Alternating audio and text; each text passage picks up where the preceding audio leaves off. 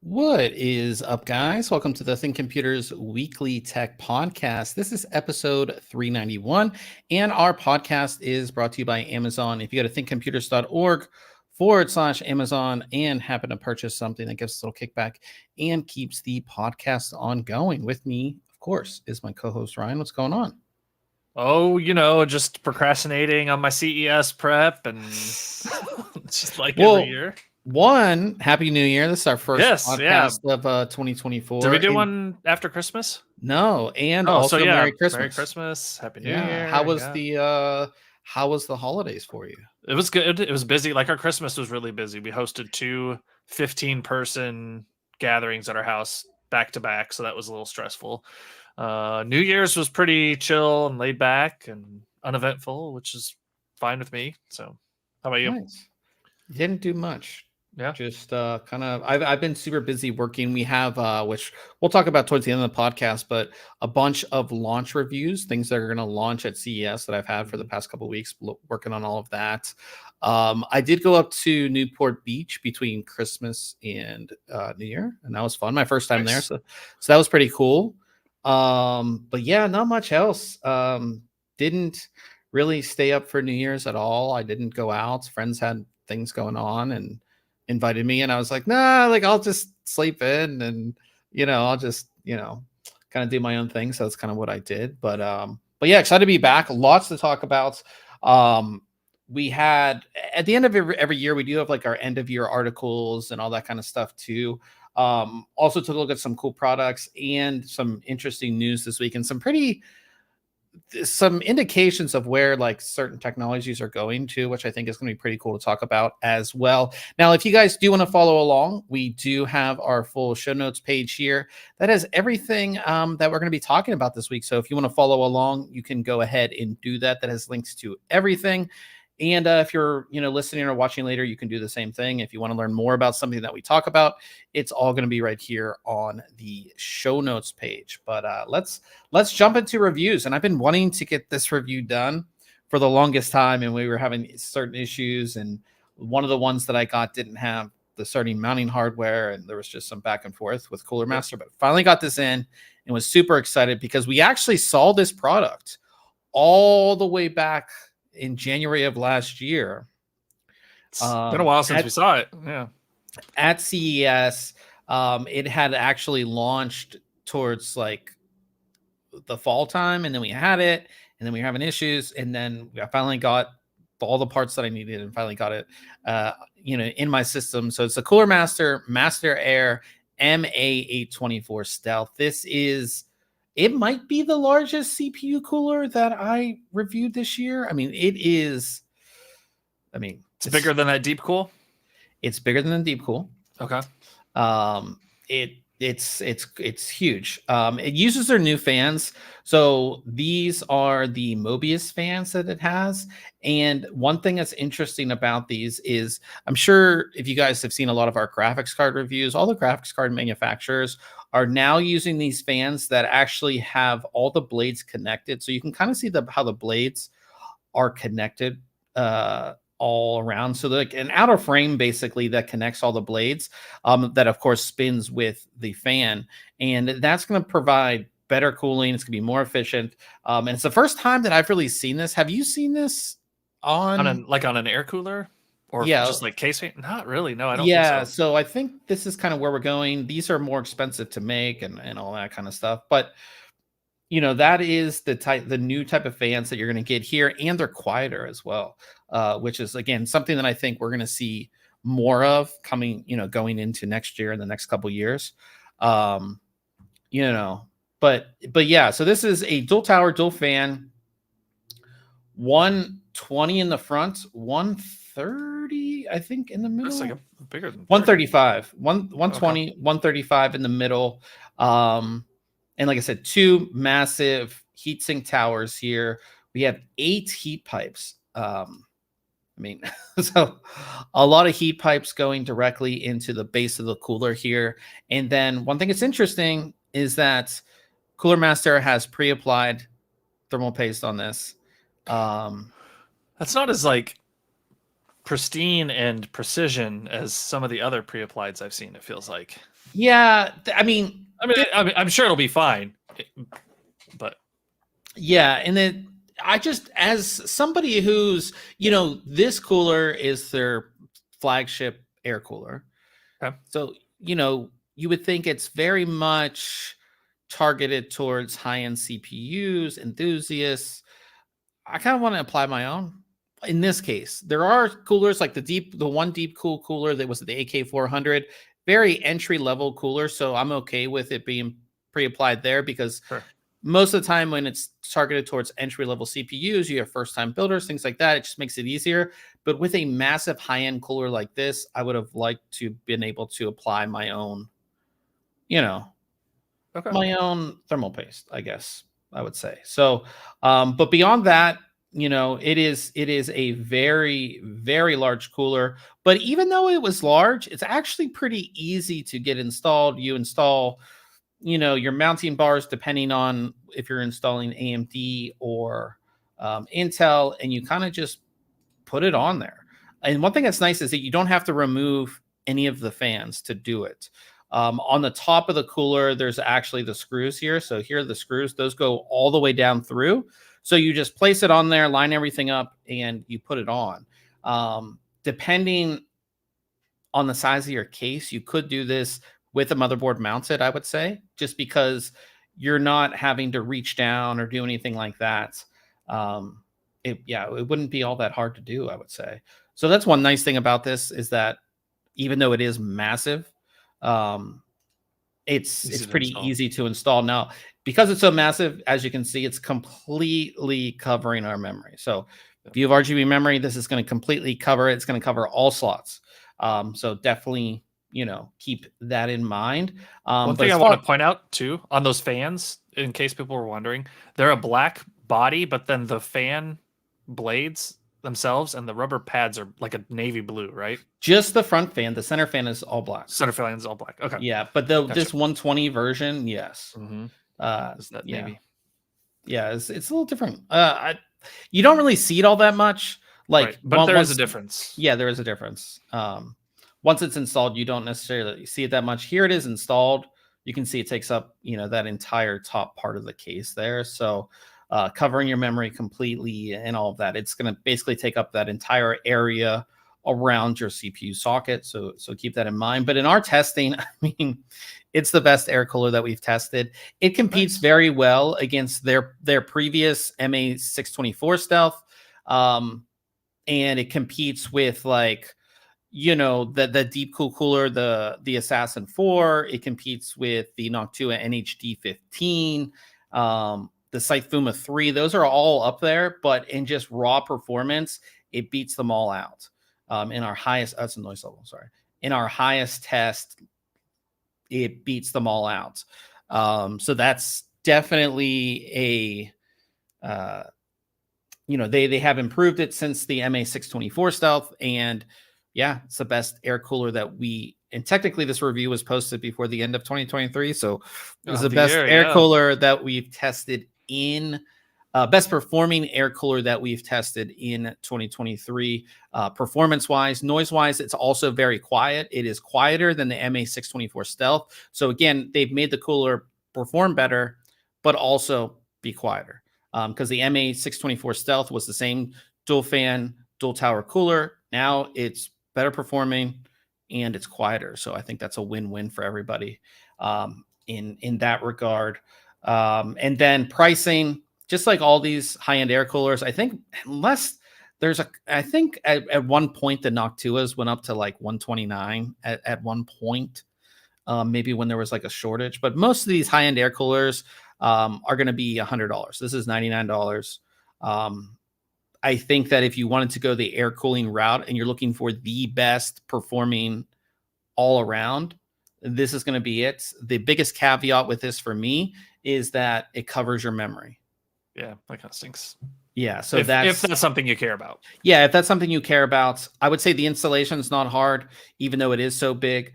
And again, it's going to take up a lot of space too. And if you're looking for aesthetics and things like that, it might not be the best looking cooler out there either. We talked about the deep cool. That's what I was gonna say. Yeah, and all of that. So just something to keep in mind. But if you're looking for pure raw performance, this is going to be it. Yeah, I like it. I was really because that MA624 Stealth that we reviewed like 2 years ago, that has consistently been in the top of our test group for like ever. And I was like, okay, this is a new one. Can it actually beat it? And it beat it. And it's quieter too. So I really like that. So yep. If this thing just looked a little better, it just looks so like not cobbled together, but yeah, I think if you don't care about that and just want the performance, then this thing's amazing. Yeah, I think that Deep Cool has really kind of mastered that, right? Yeah. This cooler is better performing than the Deep Cool, but the Deep Cool does look a lot better. And yes. I think if, we live in this day and age now where like you're barely going to find a case that doesn't have a side panel window. So, but at the same time, you can make a really high-end, great looking system with this, right? With a bigger case and all that kind of stuff. So like I said, I like it. Like I said, it's a win-win for me. And I'm actually okay with the price. I'm okay with the $100. That's kind of, again, if you're getting an NHD 15 or that deep cool coolers around $100 too. So, but yeah, check out that review for sure. And I also took a look at another chair. So the FlexiSpot C7. And I really like these chairs are getting so good and like relatively affordable too, which I definitely like. This is their C7 foam. So there's a bunch of different versions of their C7. The big thing with this is that it does have the foam base. So where you're actually sitting is actually made of foam. They have another version where like the bottom is mesh, but I do like the foam. Very comfortable. Easy to put together as well. Like I've done a bunch of these chairs, so maybe it's a little bit easier for me, but it wasn't all that hard to put together. Tons of adjustments that you can make with this as well. And it has this very pronounced lumbar support. You can kind of see it here, how it's really, really pronounced, and you kind of just melt into it, I would say. But one thing that's nice about it is that some people want like a lumbar support that's like stiff, that like really puts you in that position. But this you can adjust, so you can make it dynamic. So when you have it in dynamic mode, it's going to put you in the best position for ergonomics, no matter what your posture is. So like it will move with you, which I think is pretty cool and pretty interesting. And it was actually incredibly comfortable as well. That's one thing I really, really liked about this chair, but very easy to move everything around. The only thing that I wasn't that pumped about were the armrests here. Like feel like they're your normal armrests, which is fine, but they are very loose in the terms of like, these are armrests that you can adjust forward and back and in and out, and as well as up and down. But if you like rest your elbow on them, they'll move. They'll move. Like, yeah, and that was kind of a bummer for me. That was probably the only thing I didn't like about this chair. Like I said, very comfortable, long hours in this thing, very easy to adjust. Everything for the most part is like adjustable too. So the headrest, you can move up and down, you can angle it forward or back. You can lean back in the chair. You have that dynamic lumbar support. Like I said, the armrests go up, down, in, out, back and forward. The seat can be moved forward and back, but you can also angle it up as well if you want to sit more of like an angle. So you can go ahead and do that. Lots of stuff with this chair. Very easy to assemble and everything like that. I did like this chair a lot. And it's relatively affordable, $359.99. And FlexiSpot is like literally always running sales. I see like all the time. And they do make they make desks like the desk that I'm sitting at right now. So FlexiSpot desk, I've liked it since I got it. So I really like their stuff. And this is a good chair. And I do have to say that ever since moving from gaming chair to a ergonomic chair, the first one that I actually really liked was the autonomous.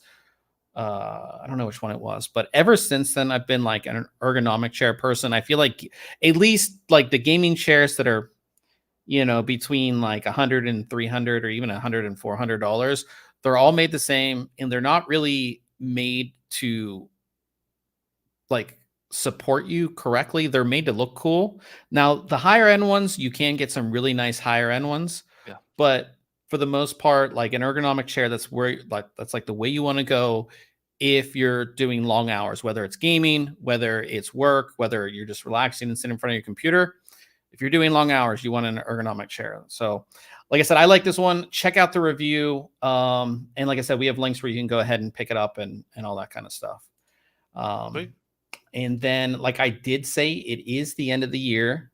So we have a bunch of end of year articles. Well, the first one's not really an end of year article.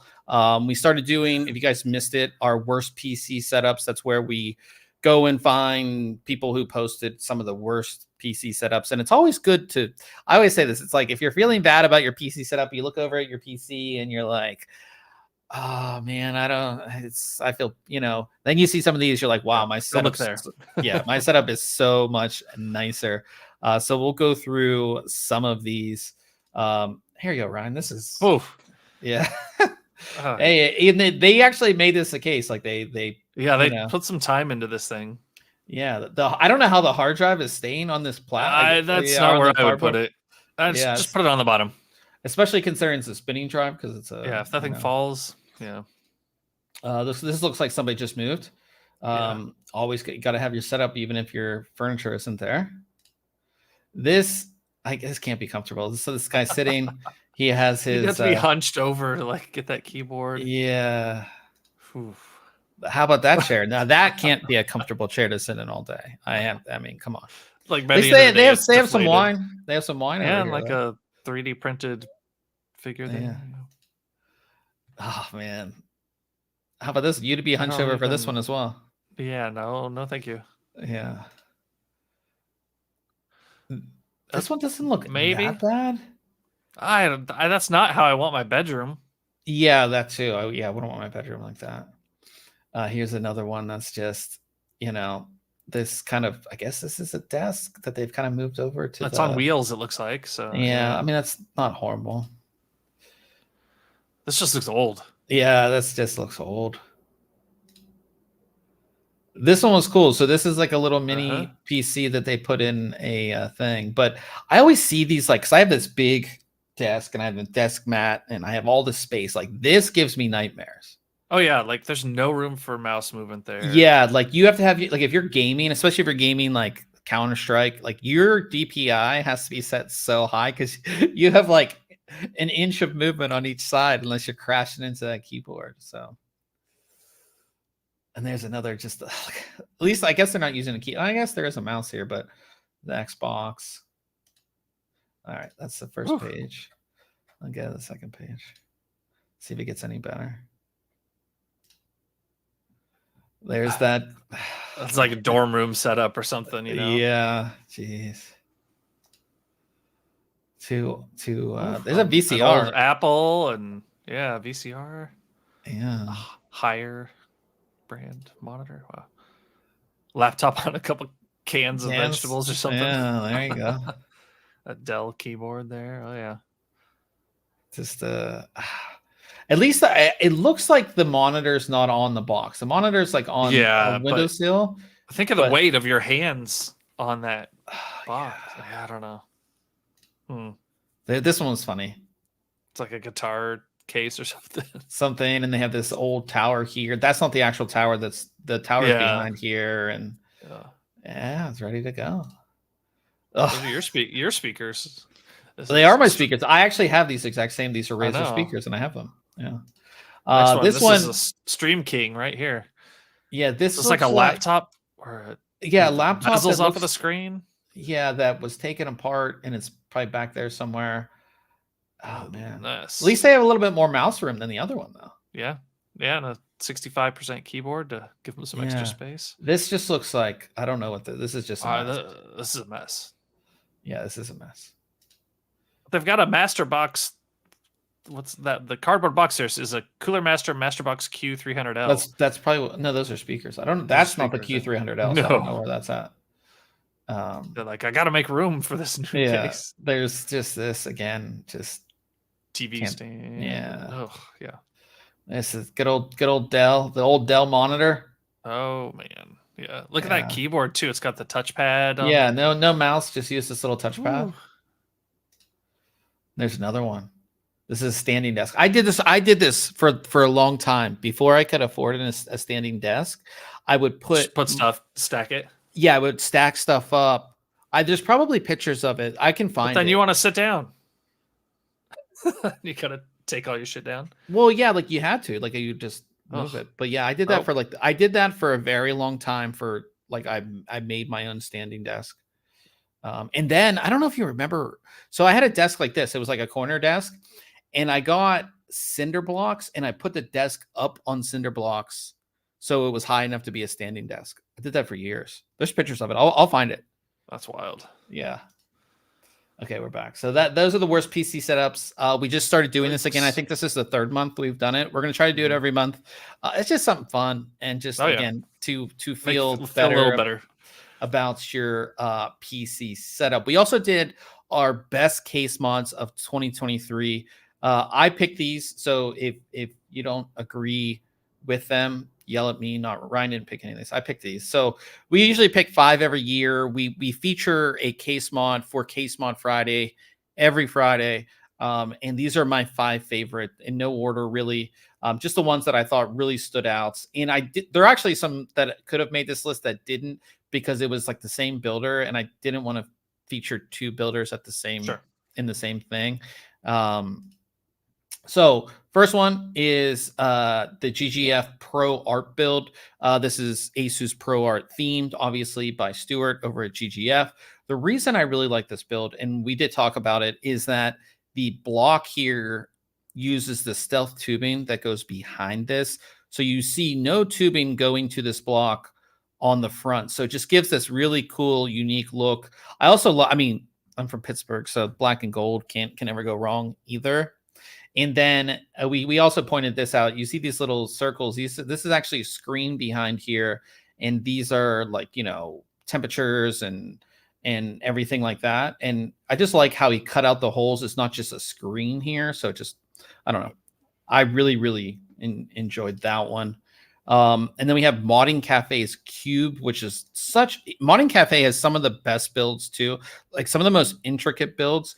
And this one was really, really cool because it's a cube that sits on this custom made stand, and it just looks like something futuristic. It's even hard to tell that there's a PC in there just because of the way the lighting and the glass and like the panels look. Lian Li fans there that integrate in just perfectly. Yeah, so this is a custom made case where like the fans, he made the infinity part of the fan actually stick out of the case. And yeah, they have like a display up here. It goes together so well. And we do have links to all these too, so we're only going to show you like the main picture, but we have links to all of these in this article if you want to scroll through and check them out. Brian really liked this one. Yep, so I was going to say, this is my favorite. Yeah, I was glad you included this one. AK Mod, his purifier build, which is meant to kind of mimic like what I guess like a oxygen purifier kind of machine in the future on like a spaceship would look like. One of the coolest themed builds that we've seen, and it's not really necessarily like it's not themed after like a game or anything like that. It's just like meant to look like something in the future. And this, yeah, it looks like something that would actually be on like a spaceship. Yeah, I love And this. using, an external reservoir here with the pump that goes over to this one as well, and how things are connected together. One of the coolest builds, one of the coolest custom builds that we saw this year. It's just absolutely awesome. We did Sneff's PCO 11. He just did this one. I think maybe last week or the Last week week or the week before. before, yeah. Yeah, or not last week because we weren't here on last week, but Sure. this one is in the new PC O11 Vision.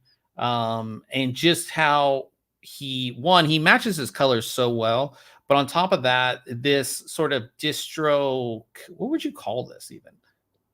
Like a distro guess channel? you could call it because it's not a plate in the normal fashion. It's like taking place of the tubes between your GPU and your CPU and your CPU and your radiator, and it's just such a different way to do it.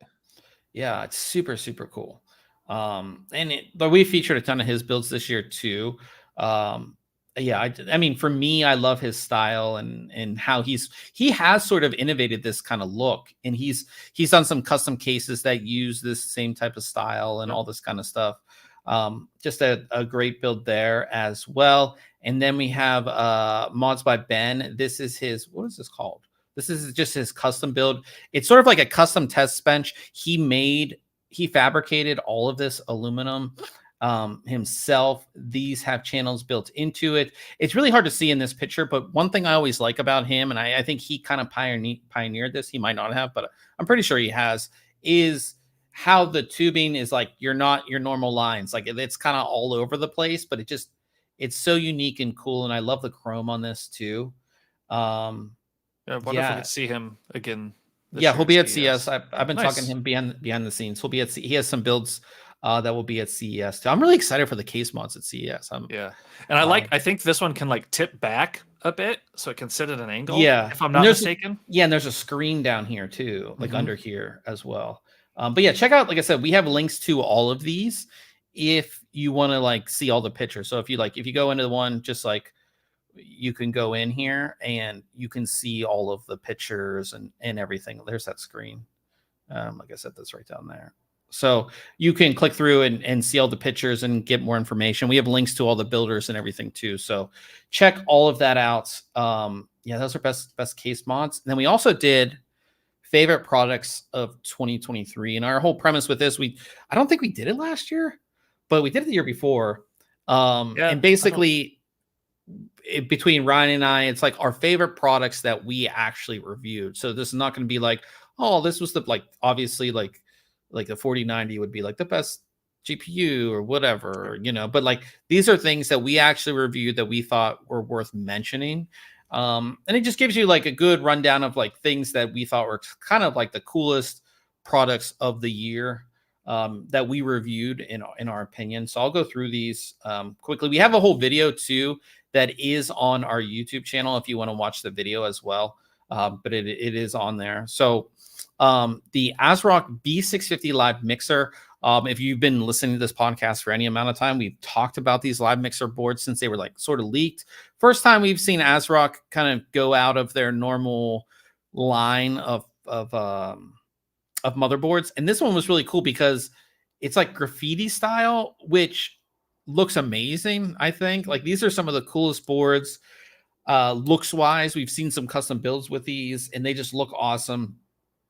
I like the B650 the best. They also have a Z790 if you want to check, if you want to go to the Intel side. But I just thought this was such a cool motherboard. My favorite case of the year is actually a small form factor case, and I typically hate small form factor cases. But this one was super cool. So the Fractal Design Terra mini ITX case almost looks like an external graphics card enclosure. It is that small. Of course, Fractal's been kind of pioneering this wooden look, this really cool aesthetic. And again, when they asked me to review this, I almost said no, just because I think you hate building in the small cases. you don't hate the like look and design of them. Yeah, I hate It's the building build in it, process, and yeah. it's usually more of a pain from Yeah. what it is. But this was designed so good that was like, wow, this is how all mini ITX cases should be because it's so easy. So it's such an awesome case. And again, we have links to all these reviews as well in the article if you want to check it out. My favorite keyboard this year was the Melgeek Modern 97 key keyboard, mechanical key switches. But the thing that just really set this apart was the colorway. It just looks, I mean, look at it. It just looks awesome. And it has this sort of like the frame, like the actual chassis. It's like splatter painted almost. It's right? like it's just so cool and something different. And the keyboard's incredibly comfortable. It sounds great as well. You can use it wired, wirelessly. You know, it's a really, really cool keyboard. And then on to Ryan. You can talk about this keyboard. Yeah, this was the Cooler Master CK720. Just like a enthusiast, I guess, aimed product where it's got some additional features that you typically find on a keyboard, kind of like that Melgeek or some of the higher end mechanical keyboards. It's got multiple silicone dampening pads in there, and like PBT keycaps, hot swappable switches. I'm trying to like, I think that mine had Kale Browns in it, and it just sounds and feels so good.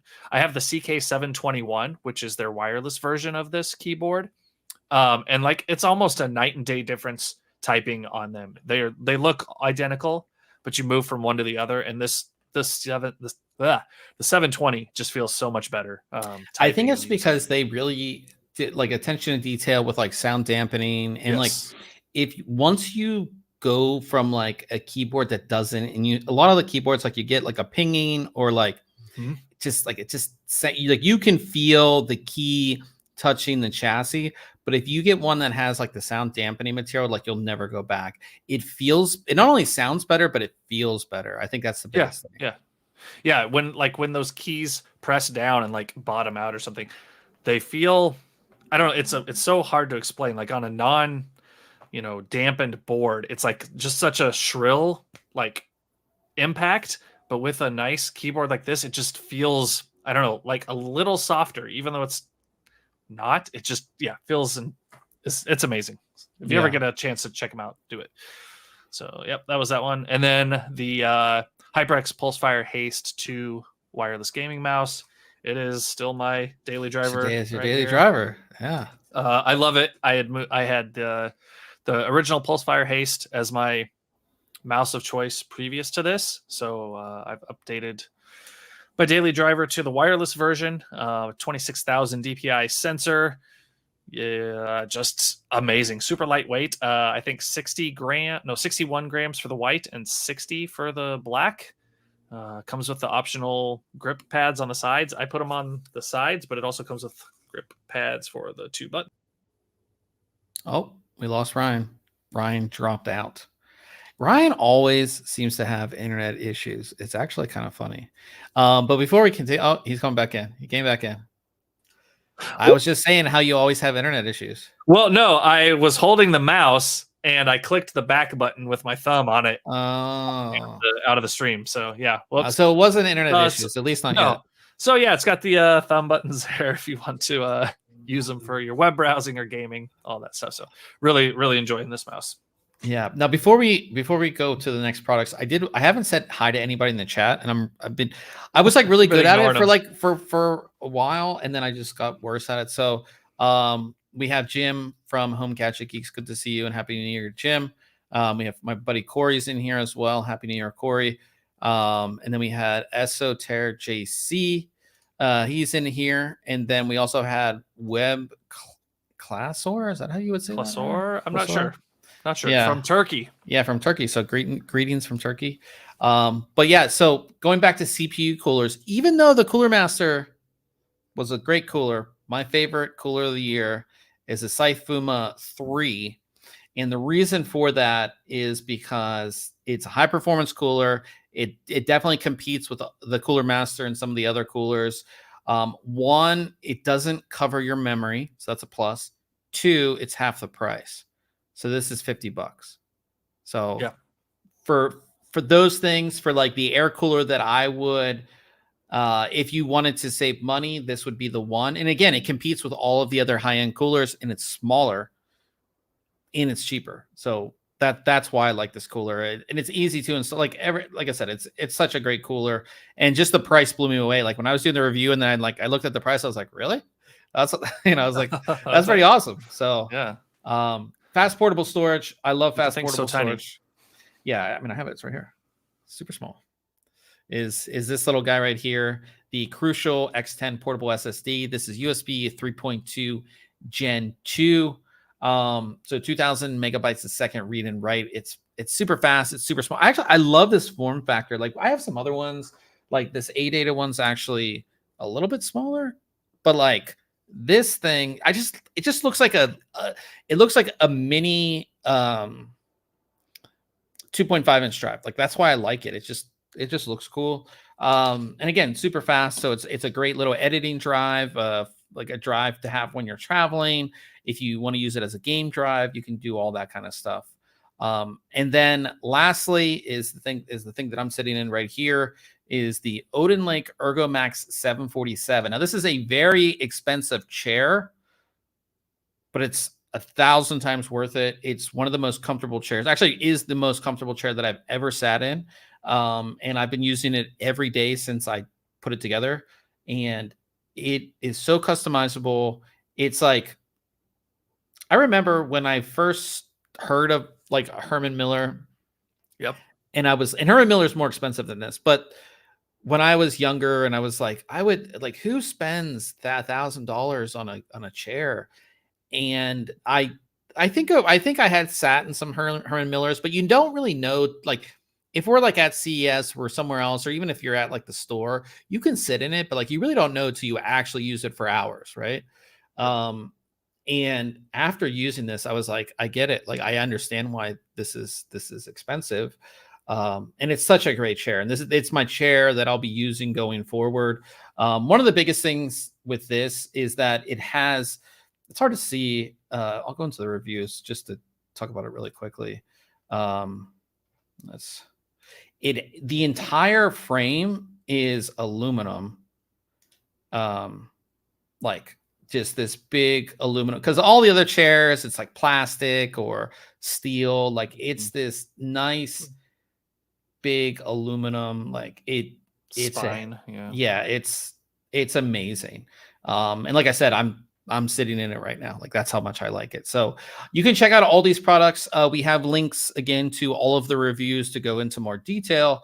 And then links where you can pick them up if you wanted to pick up any of these products. But I think, yeah, like overall, I think pretty good year of reviews. So yeah, now we'll move on to news. And like a lot of the news stories this week have a lot to do with CES, because that's going to be next week. So lots of leaks and some things that are already announced that will be at CES. First, we've been talking about the RTX 4070 Super series. Again, should be launching next Monday. I mean, that's when NVIDIA's having their thing. So, but they're here. I mean, we can see them now. So here's some Zotac cards. This is what they're going to look like. RTX 4070 Supers. And again, this is nothing like I really don't believe you're going to see like a new redesign from any of these brands. They're going to use their same coolers, everything like that. They're not going to, really change anything, but this is like the confirmation that you needed that the Supers, I mean, we already knew, we've seen so many leaks already, but these are like the box renders. This is what the card's going to look like. These are all from Zotac. So any final thoughts before next week on like the 4070 Super, the 4080 Super, and the 4070 Ti Super? The most interesting thing to me is going to be what they do for their prices and the price of the existing cards, right? Are we going to see them come in at the same price and everything else previous drops? Or are we going to see these come in at a little bit of a premium? I think that's probably the most exciting piece for me is just seeing what the pricing is. Performance Yeah. wise, I mean, we know they're going to be a boost. They're going to try not to cannibalize their like next tier up cards, most likely, right? You're I not just going to think take a 4070 Ti Super and turn it into a 4080, right? Like yeah, that's and not I going to be the do same level. think from what we talked about this a couple weeks ago, but the 4070 and the 4070 Super will like live together. Like you can get a 4070 or you can get a 4070 Super. But the 4070 Ti and the 4070 Ti Super, like the 4070 Ti is going to replace the 4070 and the 4080 Super is going to replace the 4080, Right. which makes me think that those two SKUs, like the two higher SKUs, aren't going to have like such a great As performance boost. Where the 4070 and 4070 Super, like it will be enough, maybe like a $50 difference in price, you know, between the two. I think that would be at least, again, we don't know. These are all just rumors, but that's kind of how I see it kind of playing out, which is kind of disappointing on the 4080 Super side, right? Like, yeah. Well, and, you know. but past that, like you said, the coolers are gonna like we're not gonna get some brand new cooler design most likely from these. They're gonna be able to slap on the same cooler design, fan design, and layout as they did with the previous versions. Yeah. There's no reason not to. That they're not gonna spend the research dollars and tooling dollars to make new coolers for these refreshes. Yeah. So moving on from that to CPUs, last year at CES, Intel announced their Core i9 13900KS. We haven't seen a Core i9 14900KS, but this picture popped up right before CES. Well, show us the picture, Bob, of what is supposed to be a 14900KS. If you're not familiar, of course, the K is the fully unlocked processor. The KS is the highly binned processor that will boost a little bit higher. So like the 13900 KS was the first processor to the first 6 gigahertz processor, right? Now the 14900K, it boosts to 6 gigahertz. So people are wondering like the KS, like what is it going to boost to 6 point, like the rumor is that it's going to boost up to 6.2 gigahertz. And again, these are just highly binned CPUs.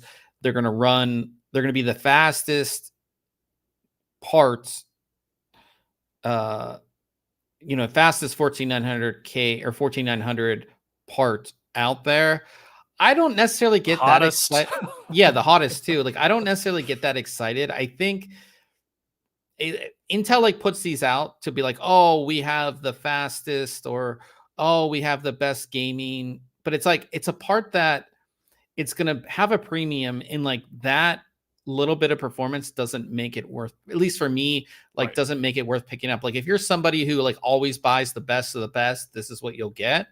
But for the most part, it's not a part that like the difference you would see between the 14900K and the KS isn't going to be enough for that like noticeable difference in day to day. Like even in gaming, like you're probably going to get some more frames out of this thing, right? But are you going to be able to tell? Especially if you're running like a 1440p monitor at 144 hertz or something, right? Like if you're already pegging 144 hertz, like for frames, like doesn't matter. I mean, I think it's like we are very much in between launches, right? Mm-hmm. From both AMD and Intel, and CES is a big thing, and they got to have something. And this, like last year, is kind of the same thing. And it will get their headlines. Like, you'll see the headline, oh, the fastest processor. Was Intel even there last year? Yes. They were? On the main show. Or, yeah, I believe on the main show floor. Okay. I don't remember. I honestly, that's how excited we were, because I don't remember.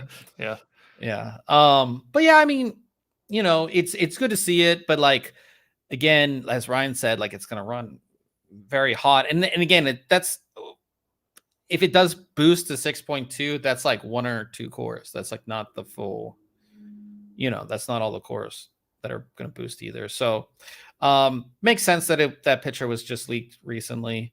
We'll probably hear about it at CES if maybe we'll see it as well. Now this I thought was incredibly cool if you're somebody who is like a gaming laptop desktop replacement person. MSI's new Titan HX or Titan 18 HX will be the world's first laptop to feature an 18-inch 4K 120 hertz mini LED display. The colors on this have to be amazing. I'm sure we'll see this at CES. Mini LED.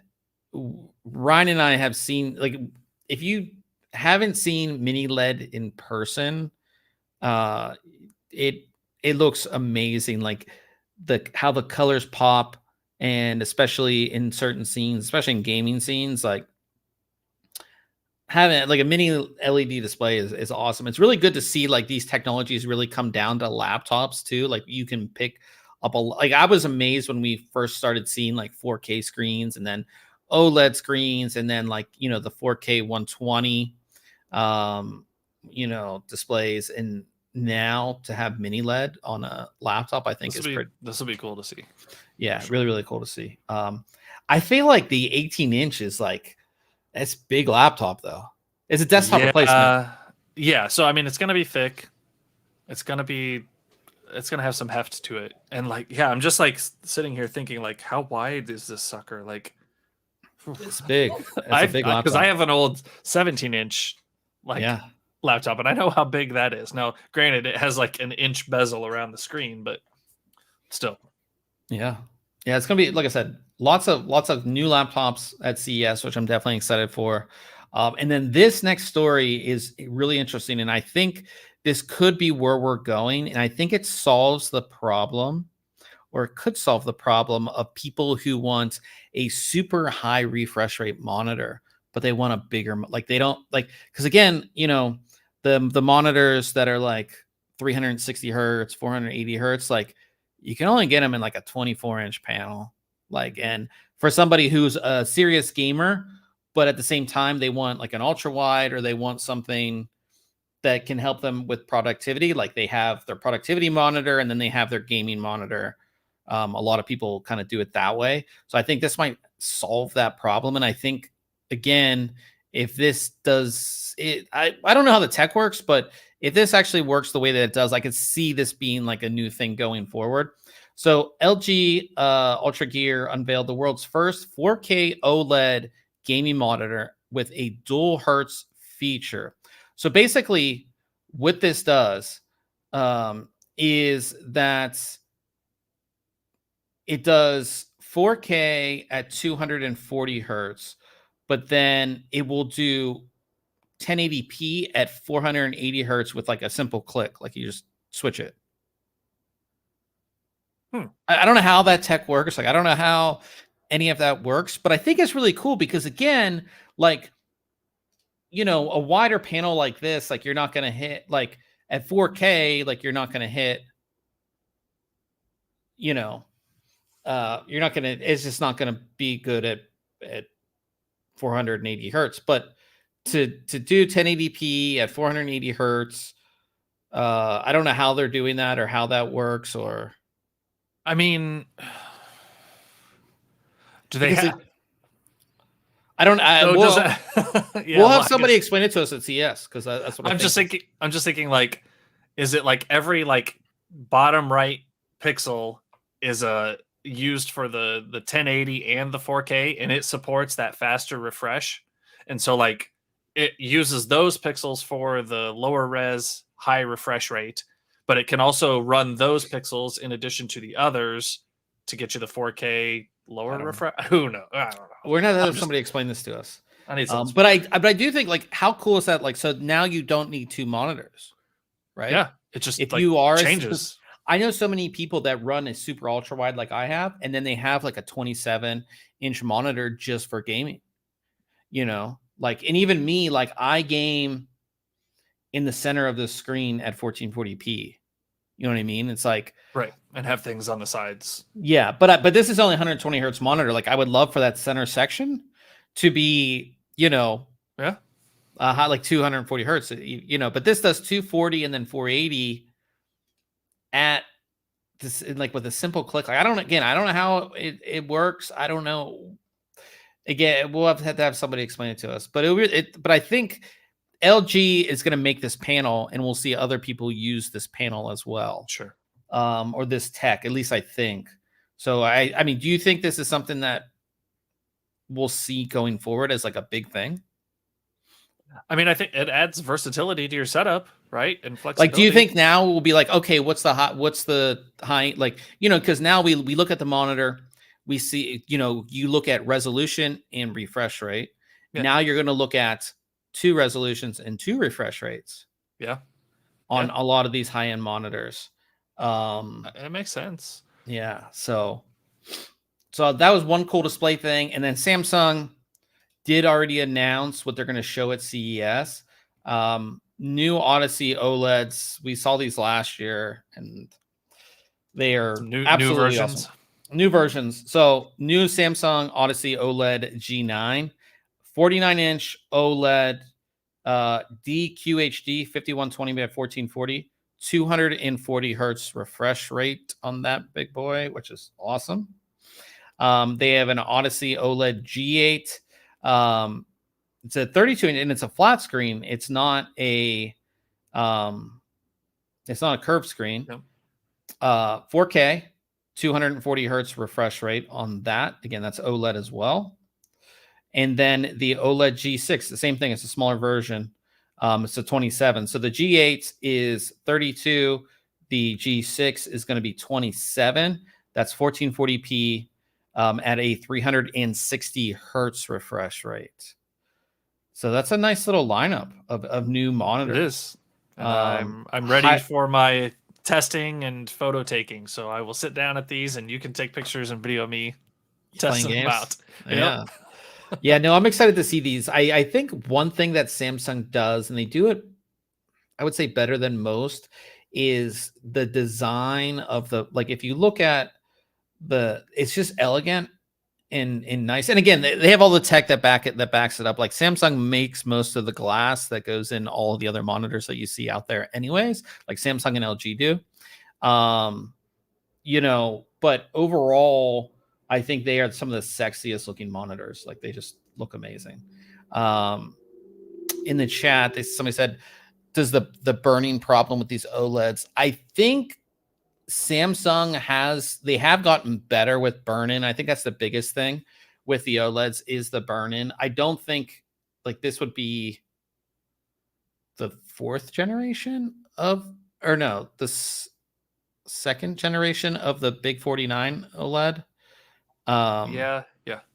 Yeah. So I think they have addressed at least from the initial, like the first run of the burn-in issues. So we'll see. We can talk to them about that at CES as well. But that is this, especially if you do get a cheap OLED panel, like if you leave it on, you'll see the burn-in. So that's something to keep in mind there. But yeah, really excited panel stuff. I think that's going to be a big thing at CES just this year is higher refresh rates. And it would be cool to see some of that dual hertz stuff in action and see how it works. For sure. Now this is something I thought you might be interested in, Brian. A fanless PC case from Streetcom. This thing looks very fanless. It's kind of an interesting case. So it's a liquid cooled case that you can put a motherboard on each side. So the motherboard kind of goes on these racks. And the interesting thing about it is that it has this like looped heat pipes at the top that I guess are all copper. Yeah. Does that kind of go through this? And this is I don't know how any of this works. And they kind of go through on each side like this. Okay. And I guess no fans, right? Yeah, no fans. Well, you can install fans on these radiators. You can, but you don't it doesn't come with any. I mean, I guess they're just gonna use the rising heat to vent it out that way. You'd want it oriented just like they have it, right? So the heat is able to fly up, Yeah, and if you look at the front, it does. I mean, it's wide open. Yeah. you know, so it's interesting. And the bottom's probably wide open as well, right? It probably has some Yeah. mesh or something. Doesn't Yeah, yeah, I don't know. something. We see these from companies every now and then. Like Cooler Master, they have one, didn't they? I don't Remember it was know. like that black one we saw, and they were like, they That had to was have the liquid guy. cool. Oh, it was Yeah, liquid yeah, cool. yeah. He had to open it up, and we've seen like I think Zalman has done one before, and a couple others. I'm never like that.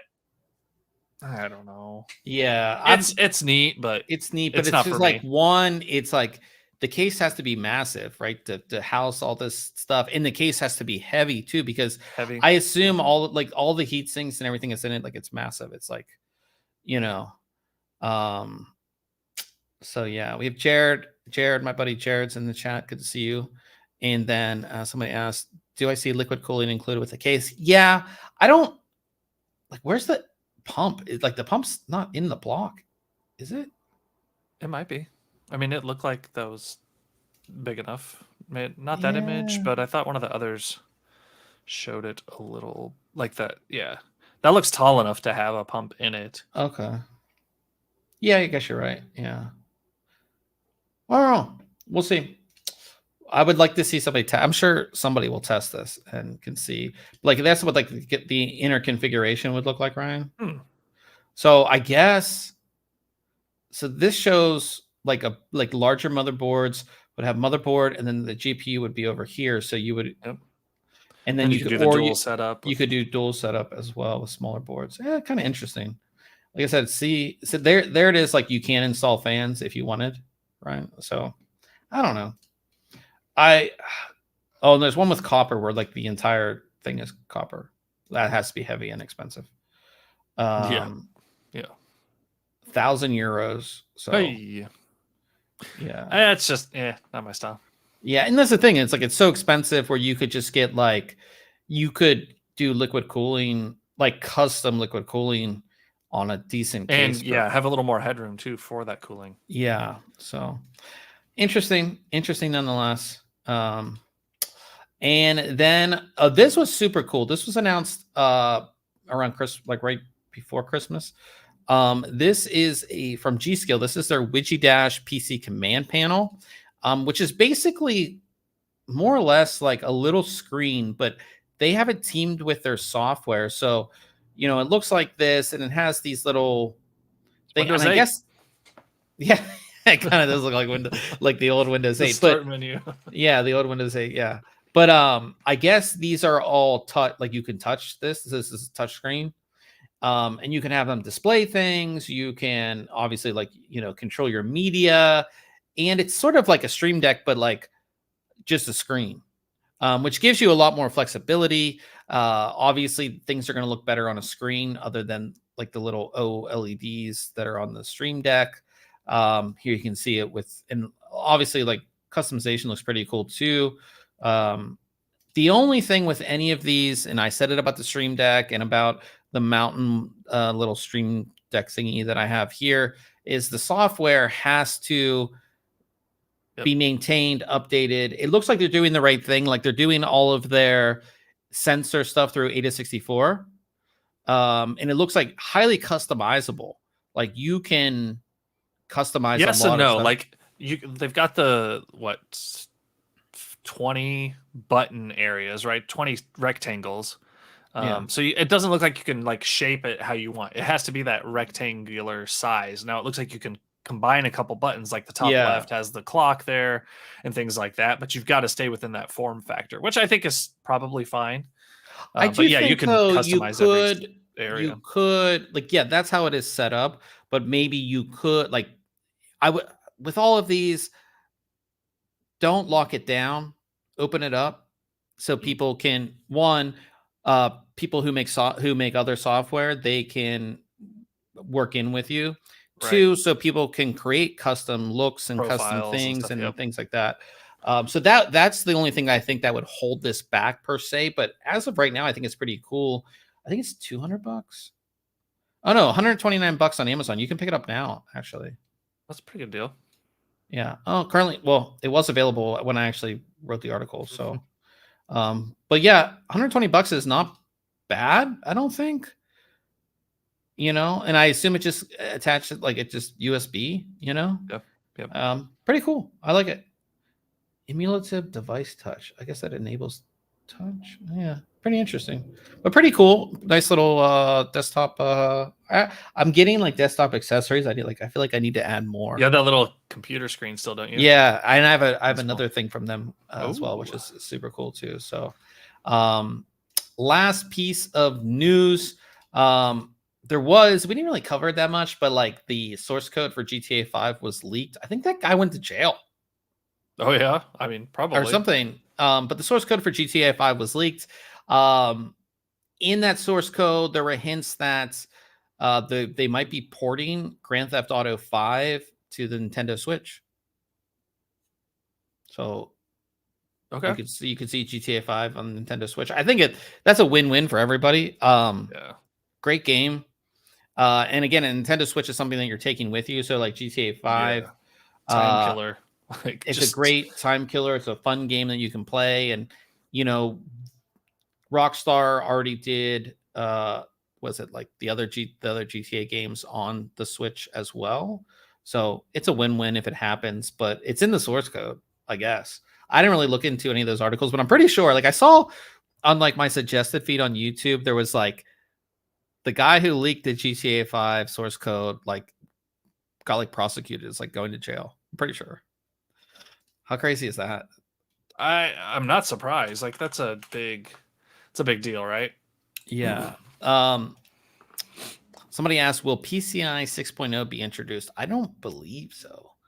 I wouldn't see that being something that's announced at a CES. Yeah, at That's CES. like a more technical announcement that you'll see at a like focused like not even And a trade again, show. even if it would get like necessarily announced or like you're not going to see it on motherboards for a while. Like we're just getting PCI Express 5.0 on motherboards, so it's not something that you'll see anytime soon. Wait, old man in the chat said the leaker from like the GTA 5 leaker was sent to a mental hospital indefinitely. He told the judge if he got out, he would do it again. That's a crazy story. That's pretty wild, actually. Talking about what we have coming up next week. As I said in the beginning of the podcast, I have new products that are launching at CES here. So one's going to be a new case, one's going to be a keyboard, and one's going to be a storage product. Very, very, very, very, very, very fast storage product. That's all I can say about those. And then, of course, we have CES coming up next week. So no podcast on Wednesday.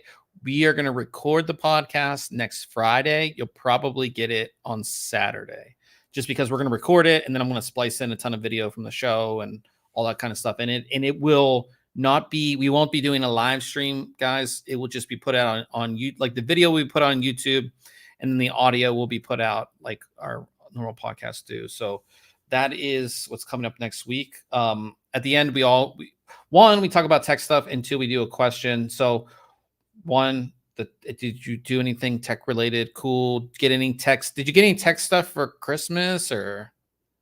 No, I didn't. There wasn't anything I really wanted. I'm actually paring down what I'm bringing to CES. Like if you asked like what I did with like tech stuff, I'm like trying to decide what I don't want to bring. Like I don't think I'm going to bring my camera. I mean, yeah, I don't think you'll need it.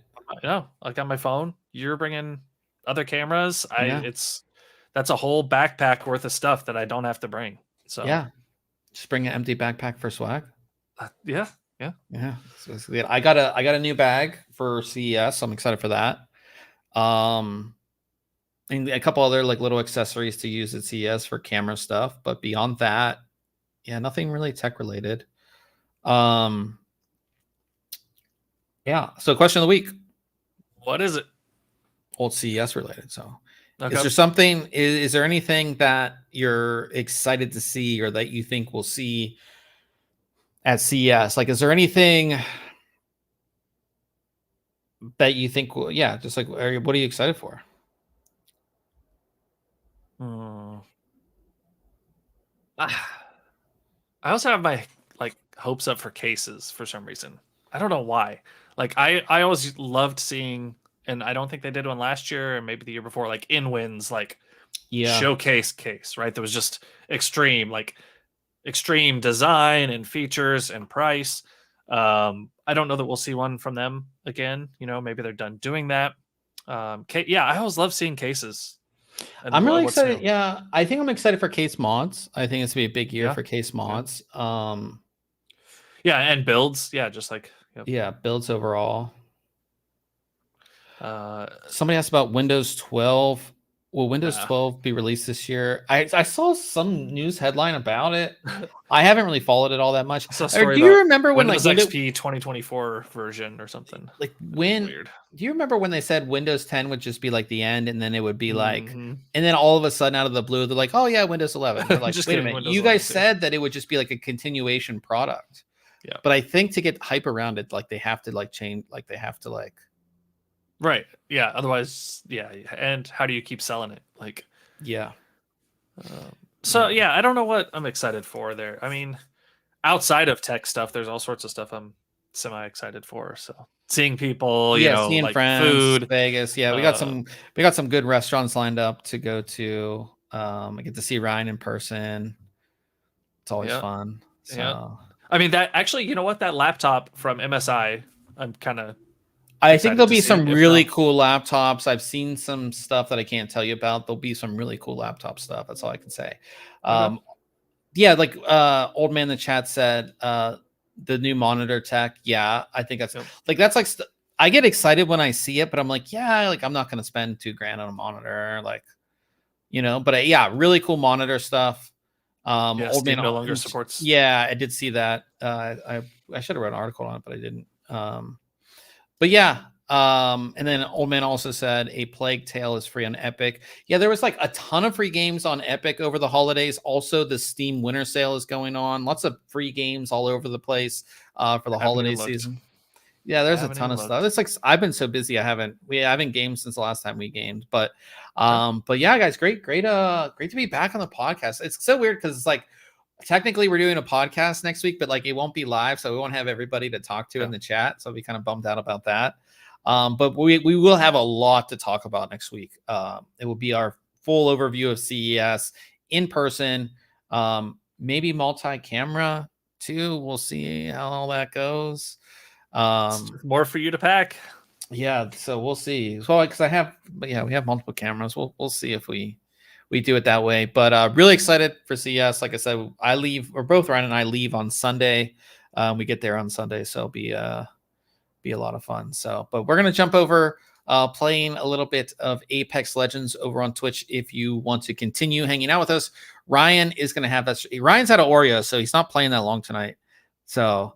Are you? Oreos. Yeah, he sent me the picture yesterday that he was at Oreo, so he's not playing that long tonight. But we will be on there for a little bit. Twitch.tv/ThinkComputers. Thanks everybody for coming out, and we will see